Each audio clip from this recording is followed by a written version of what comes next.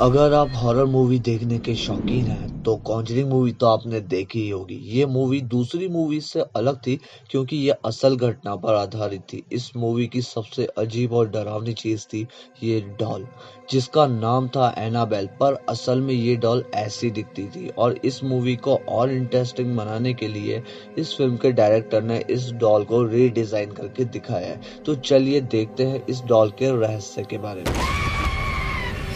इस कहानी की शुरुआत होती है सन 1970 से। एक छोटे से शहर में एक डोना नाम की लड़की रहा करती थी। उसकी माँ ने उसके बर्थडे पर एक एंटीक डॉल गिफ्ट की। डोना को गुड़िया का बहुत शौक था, इसलिए वो डॉल को अपने साथ ही लेकर सोती थी। डोना उस समय मेडिकल की पढ़ाई करती थी और एक अपार्टमेंट में रूम लेकर रह रही थी। उसके साथ उसकी रूममेट एना भी रहा करती थी और डोना उस डॉल को अपने साथ उस रूम में ले आई थी और अपने बेड पर रख दिया। और कुछ समय बाद जब वो वापस रूम में आई तो उसने देखा डॉल बेड पर ना होकर पास पड़ी चेयर पर आ गई है। और आए दिन वो डॉल रहस्यमय तरीके से अपनी जगह से दूसरी जगह चली जाती थी और ये घटनाएं लगातार बढ़ती जा रही थी। एक दिन डोना और उसकी फ्रेंड कॉलेज से वापस घर आए तो उन्होंने देखा डॉल अपनी जगह पर नहीं है। वो डॉल हॉल के सोफे पर पड़ी है और हर जगह कागज बिखरे हुए थे जिसमें सब में एक ही चीज लिखी हुई थी, Help me!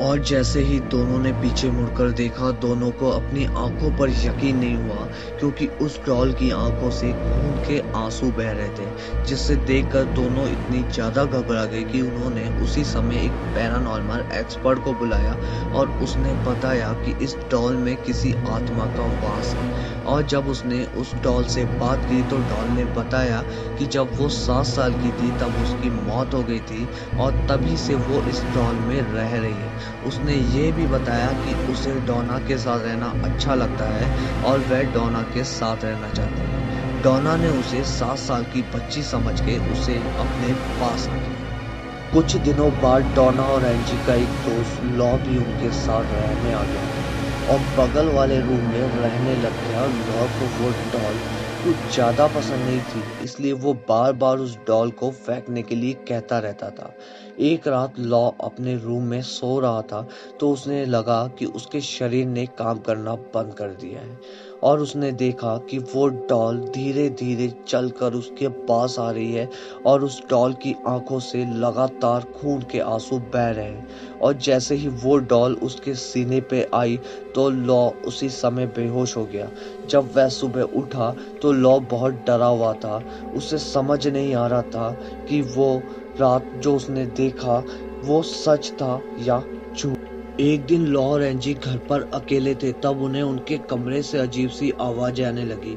और जब लॉ और एंजी कमरे में गए तो उन्होंने देखा कि एनाबेल डॉल अपने आप खड़ी थी और उसके हाथ हिल रहे थे। तभी लॉ को लगा कि उसके शरीर पर लगातार कोई नोच रहा है। तो लॉ ने जैसे ही अपनी शर्ट उतार के देखा तो उसके शरीर पर कई बड़े और गहरे नाखून के निशान बन गए जिससे लगातार खून बह रहा था।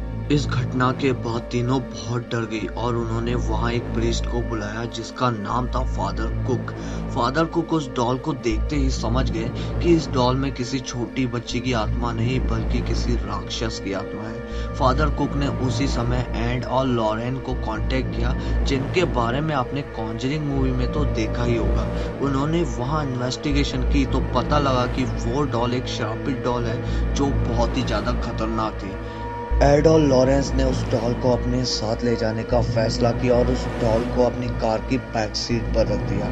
और रास्ते में अचानक से वो डॉल खड़ी हो गई और अपने हाथ हिलाने लगी। तभी अचानक से स्टीयरिंग व्हील और ब्रेक्स ने काम करना बंद कर दिया और एड ने उसी समय उस डॉल पर हॉली वाटर छिड़ककर उस डॉल को शांत किया और उस डॉल को एक वुडन केस में बंद करके एक म्यूजियम में रखवा दिया गया, जहां आज भी वो डॉल उस म्यूजियम में सुरक्षित है। आई होप दोस्तों आपको हमारा ये वीडियो पसंद आया होगा। अगर हाँ तो हमारे वीडियो को लाइक करें एंड शेयर करें। ऐसे ही और वीडियोस पाने के लिए हमारे चैनल को सब्सक्राइब कीजिए और पास में दिया हुआ बेल आइकन दबा दीजिए। तो हम मिलते हैं आपको अगले वीडियो में। जब तक के लिए बाय बाय, टेक केयर, शब्बा खैर।